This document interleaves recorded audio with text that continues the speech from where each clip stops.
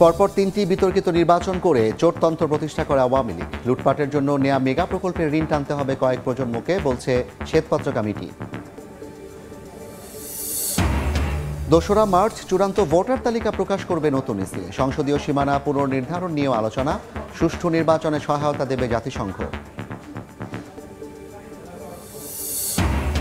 আগামী নির্বাচন সহজ হবে না। ভুল করে থাকলে জনগণের কাছে ক্ষমা চেয়ে শুধরানোর পক্ষে তারেক রহমান। রাষ্ট্র মেরামত বিষয়ক বিএনপির বিভাগীয় কর্মশালা। সাম্প্রদায়িক কর্মকাণ্ড বরদাস্ত করে না সরকার, কূটনীতিকদের জানালেন উপদেষ্টা। আগরতলায় সহকারী হাইকমিশনে হামলার প্রতিবাদ নাগরিক কমিটির, দুঃখ প্রকাশ নয়াদিল্লির।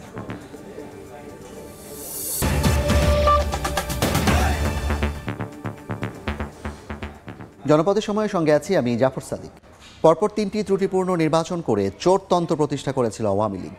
লুটপাটের জন্য নেয়া মেগা প্রকল্পের ঋণ শোধ করতে হবে কয়েক প্রজন্মকে। ২৮ উপায়ে দুর্নীতির তথ্য পেয়েছে শ্বেতপত্র কমিটি। ১৫ বছর উন্নয়ন বয়ানের তথ্য উপাত্তে ব্যাপক ঘাটতিও পেয়েছে কমিটি। পরিস্থিতি থেকে উত্তরণে অর্থনৈতিক স্থিতিশীলতা ও যথাযথ সংস্কার প্রয়োজন হবে বলে জানিয়েছেন কমিটির সদস্যরা। গেল ১৫ বছর কিভাবে লুটপাট চালানো হয়েছে দেশের অর্থনীতিতে তা আনুষ্ঠানিকভাবে তুলে ধরতে রাজধানীর আগারগাঁওয়ে পরিকল্পনা কমিশনে সংবাদ সম্মেলনের আয়োজন করে অর্থনীতির শ্বেতপত্র প্রণয়ন কমিটি।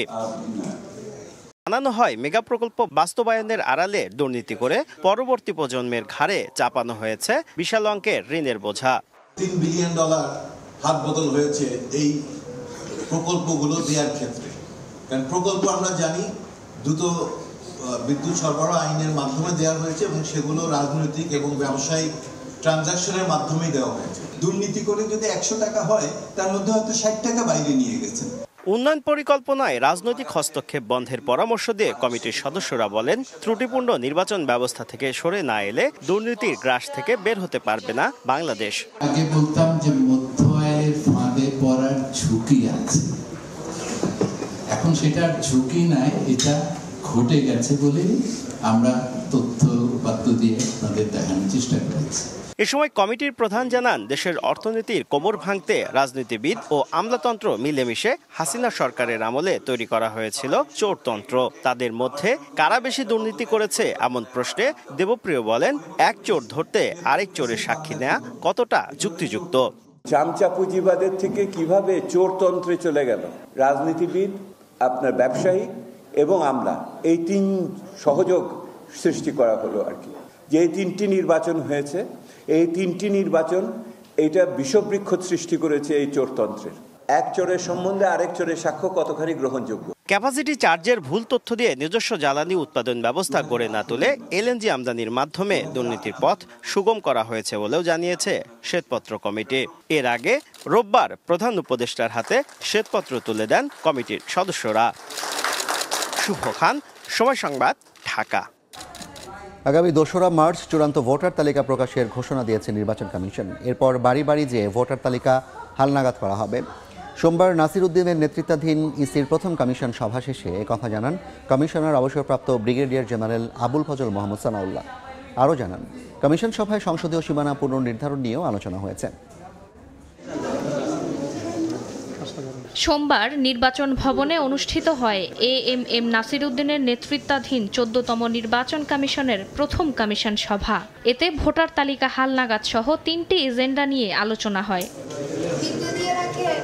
সভা শেষে গণমাধ্যমে কথা বলেন নির্বাচন কমিশনার অবসরপ্রাপ্ত ব্রিগেডিয়ার জেনারেল আবুল ফজল মোহাম্মদ সানাউল্লাহ। তিনি বলেন, রীতি অনুযায়ী আগামী ২রা মার্চ ঘোষণা হবে চূড়ান্ত ভোটার তালিকা। কমিশনের হাতে বর্তমানে ১৭ লাখ নাগরিকের তথ্য আছে, যা যুক্ত করেই দেয়া হবে ভোটার তালিকার হালনাগাদ তথ্য।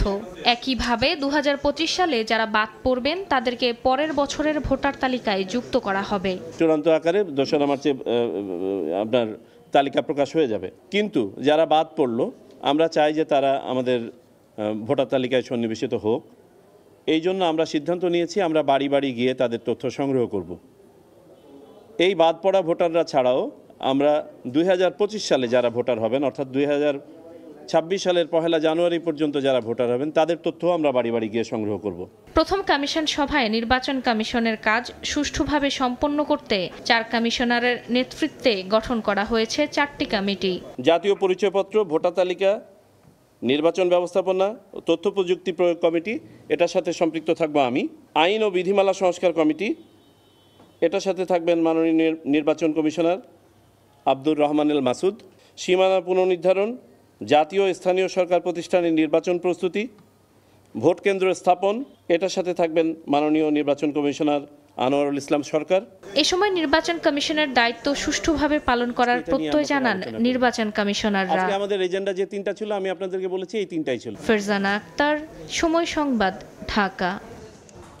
আগামী নির্বাচন সহজ হবে না মন্তব্য করেছেন বিএনপির ভারপ্রাপ্ত চেয়ারম্যান তারেক রহমান। রাষ্ট্র মেরামতে দলের 31 দফা নিয়ে ময়মনসিংহ ও খুলনায় বিভাগীয় প্রশিক্ষণ কার্যালয়ে তিনি আরও বলেন, ভুল করে থাকলে জনগণের কাছে ক্ষমা চেয়ে শুধরানো উচিত।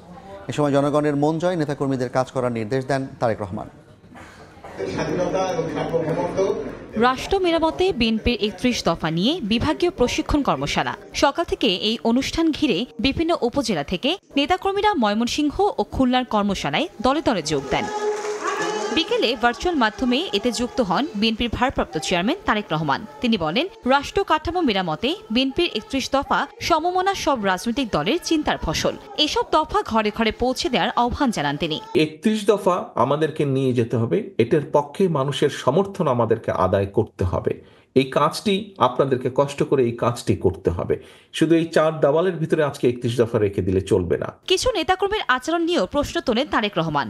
তার নির্দেশ, দলকে ক্ষমতায় আনতে জনগণের মন জয় করতে হবে সাংগঠনিকভাবে। পাশাপাশি আসন্ন জাতীয় সংসদ নির্বাচন সহজ হবে না বলেও মন্তব্য করেন তারেক। কিছু কিছু সহকর্মীর মধ্যে ঢুকে গেছে এমন একটা ভাব যে আমরা ক্ষমতায় বোধহয় চলে যাচ্ছি বা চলে গিয়েছি। আপনাদের সকলকে আমি অনুরোধ করব, একই সাথে আপনাদের সকলকে আমি দৃঢ়ভাবে বলবো, আমরা ক্ষমতায় যাইনি। আমরা ক্ষমতায় যাব কিনা আমরা জানি না। তখনই আমরা ক্ষমতায় যেতে পারবো যখন আমরা বাংলাদেশের জনগণের সমর্থন পাবো। আমরা যদি কেউ কোনো বিগত 3-4 মাসে ভুল করেও থাকি, আপনার আশেপাশের নেতাকর্মীরা যদি কেউ ভুল করে থাকে, প্রিয় সহকর্মীবৃন্দ, একজন নেতা হিসাবে আপনার এটি অবশ্যই দায়িত্ব তাদেরকে সঠিক পথে নিয়ে আসা। সামনের যে নির্বাচন আমরা ফেস করতে যাব, হতে পারে আমাদের একটি প্রধান প্রতিপক্ষ অনেক দুর্বল হয়ে গেছে, তারপরেও এই নির্বাচন বাংলাদেশের যে কোনো নির্বাচনের থেকে অনেক কঠিন নির্বাচন হতে যাচ্ছে। এছাড়াও দলীয় নানা দিক নির্দেশনা তুলে ধরা হয় কর্মশালায়। আলোচনা হয় দলের ভবিষ্যৎ নিয়েও। কনক আজাদ, সময় সংবাদ। কোনো ধরনের সাম্প্রদায়িক কর্মকাণ্ড বরদাস্ত করে না অন্তর্বর্তী সরকার। বিকেলে রাষ্ট্রীয় অতিথি ভবন পদ্মায় বিদেশি কূটনীতিকদের ডেকে এ বার্তা দিয়েছেন পররাষ্ট্র উপদেষ্টা তৌহিদ হোসেন। পরে তিনি ইঙ্গিত দেন, ডক্টর ইউনূস সরকারের বিরুদ্ধে বিশ্বব্যাপী অপপ্রচার চালাচ্ছে পতিত সরকারের লোকজন। এদিকে আগরতলায় বাংলাদেশের সহকারী হাইকমিশনে হামলার ঘটনায় দুঃখ প্রকাশ করেছে নয়াদিল্লি। পররাষ্ট্র মন্ত্রণালয়ের আমন্ত্রণে সোমবার বিকেলে রাষ্ট্রীয় অতিথি ভবন পদ্মায় আসেন বিভিন্ন মিশন ও দূতাবাসের কূটনীতিকরা। তাদেরকে প্রায় 1 ঘণ্টা সাম্প্রতিক পরিস্থিতির ব্যাখ্যা দেন পররাষ্ট্র উপদেষ্টা। পরে তিনি সাংবাদিকদের জানান, অন্তর্বর্তী সরকার বাংলাদেশে কোনো সাম্প্রদায়িক কর্মকাণ্ড বরদাস্ত করে না বলে জানানো হয়েছে বিদেশি কূটনীতিকদের। প্রথমত চিন্ময় ব্রহ্মচারী যেটা বিষয়, এটা অবশ্যই উল্লেখ করেছে। আমার ব্রিফিংও উল্লেখ ছিল যে চিন্ময় ব্রহ্মচারী কি পরিস্থিতিতে তাকে অ্যারেস্ট করা হয়েছে এবং তারপরে কিভাবে প্রসিডিংস হয়েছে।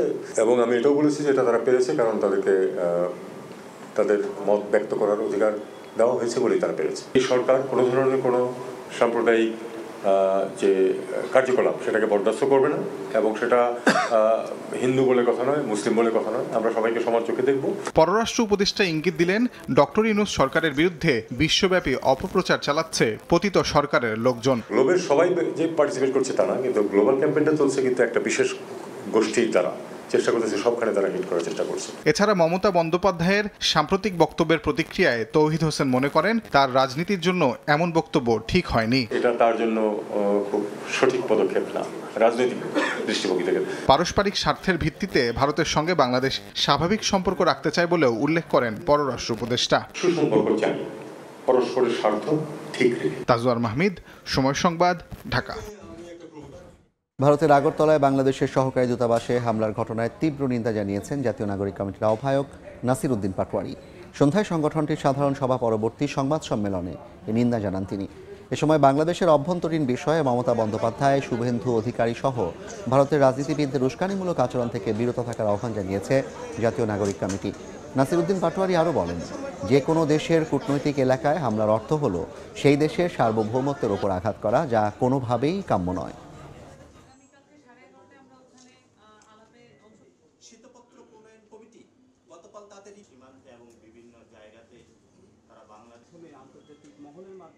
ইন্টারন্যাশনাল ডিপ্লোম্যাটিক জোন অনুযায়ী সেগুলো আমাদের রাষ্ট্রের স্বীকৃতি অংশ।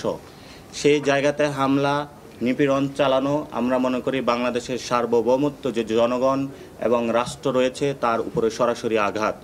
এই জন্য আমরা প্রতিবেশী যে উগ্রবাদী হিন্দুত্ব সংগঠনগুলো রয়েছে, রাজনীতিবৃন্দ রয়েছেন, শুভেন্দু রয়েছেন, মমতা রয়েছেন, সকলকে আমরা আহ্বান জানাবো বাংলাদেশের ইন্টারনাল বিষয়ে আপনারা অনধিকার চর্চা করবেন না। ভারতের আগরতলায় বাংলাদেশ উপহাইকমিশনে হামলার প্রতিবাদে ঢাকা বিশ্ববিদ্যালয়ে বিক্ষোভ মিছিল করেছে বেশ কয়েকটি সংগঠন। সেখানে আছেন সহকর্মী আতর কাউসার, সরাসরি যাচ্ছি তার কাছে। কাউসার,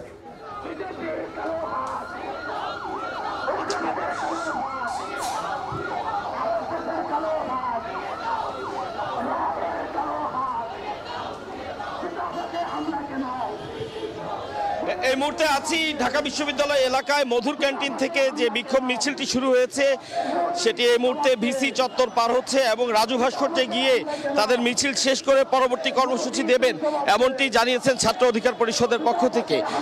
যে বিষয়টি নিয়ে আজকে বিক্ষোভ মিছিল করছেন তারা, সেটি অত্যন্ত সুস্পষ্ট।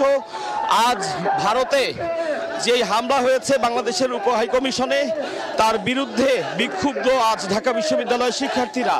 তারা বলছেন ভারতের এই আগ্রাসন কোনোভাবেই মেনে নেয়ার মতো না। তারা বলছেন ভারত যেন বাংলাদেশের আভ্যন্তরীণ বিষয় নিয়ে নাক না গলায়। বিজেপি সরকারকে সে বিষয়ে বারবার তারা তাদের হুঁশিয়ারি দিচ্ছেন। তারা এমনটিও বলেছেন যে মমতা ব্যানার্জি যে কথাটি বলেছেন, অর্থাৎ বাংলাদেশের শান্তি সেনা পাঠানোর, সেই বিষয়টি তারা কোনোভাবেই মেনে নিতে পারছেন না। তারা মমতা ব্যানার্জিকে নিজের চরকায় তেল দেওয়ার নসিহত করছেন এবং তারা বলছেন যে দূতাবাসে যে হামলা হয়েছে তার জবাব অবশ্যই দিল্লিকে দিতে হবে। এই যে বিক্ষোভ সমাবেশটি সেটি মধুর ক্যান্টিন থেকে শুরু হয়েছিল আরো 20 মিনিট আগে। ঢাকা বিশ্ববিদ্যালয়ের বিভিন্ন এলাকা প্রদক্ষিণ করে এই মুহূর্তে মিছিলটি কিছু সময় আগে ভিসি চত্বর পার হয়েছে এবং এটি এখন রাজু ভাস্কর্যে যাচ্ছে। তবে শুধু এই মিছিলটি নয়, আজ ঢাকা বিশ্ববিদ্যালয়ে একাধিক কর্মসূচি আছে। অর্থাৎ উপহাইকমিশনে হামলার যে বিষয়টি সেটি শিক্ষার্থী সমাজকে অত্যন্ত গভীরভাবে বিক্ষুব্ধ করেছে। তারা বিভিন্ন সংগঠন বিভিন্নভাবে তাদের কর্মসূচি ঘোষণা করছেন এবং আমরা যতটুকু জানতে পেরেছি বৈষম্য বিরোধী ছাত্র আন্দোলনের পক্ষ থেকেও বেশ কিছু কর্মসূচি রয়েছে। তবে প্রত্যেকটি সংগঠনের কর্মসূচিরই মূল বিষয় একটি, যে কারণে আজ যে আগ্রাসনটি ঘটেছে ভারতে সেটি তারা কোনোভাবেই মানতে পারছেন না এবং তারা বলছেন যে এ ধরনের ঘটনা যদি বন্ধ না হয় তাহলে এর পরিণতি কিন্তু অবশ্যই ভালো হবে না। সব মিলিয়ে এই বিক্ষোভ কর্মসূচি এই মুহূর্তে চলছে ঢাকা বিশ্ববিদ্যালয়ে এবং কর্মসূচির সর্বশেষ এই ছিল আমার কাছে। সরাসরি যুক্ত ছিলাম ঢাকা বিশ্ববিদ্যালয় থেকে। জনপদের সময় শীর্ষ সংবাদগুলো জানিয়ে দিচ্ছি আরেকবার। পরপর 3টি বিতর্কিত নির্বাচন করে চোরতন্ত্র প্রতিষ্ঠা করে আওয়ামী লীগ। লুটপাটের জন্য নেওয়া মেগা প্রকল্পের ঋণ টানতে হবে কয়েক প্রজন্মকে, বলছে শ্বেতপত্র কমিটি। 2রা মার্চ চূড়ান্ত ভোটার তালিকা প্রকাশ করবে নতুন ইসি। সংসদীয় সীমানা পুনর্নির্ধারণ নিয়েও আলোচনা। সুষ্ঠু নির্বাচনে সহায়তা দেবে জাতিসংঘ। এবং আগামী নির্বাচন সহজ হবে না, জনগণের মন জয়ে নেতাকর্মীদের কাজ করার নির্দেশ তারেক রহমানের। অতীতে ভুল করে থাকলে ক্ষমা চেয়ে শুধরানোর পরামর্শ।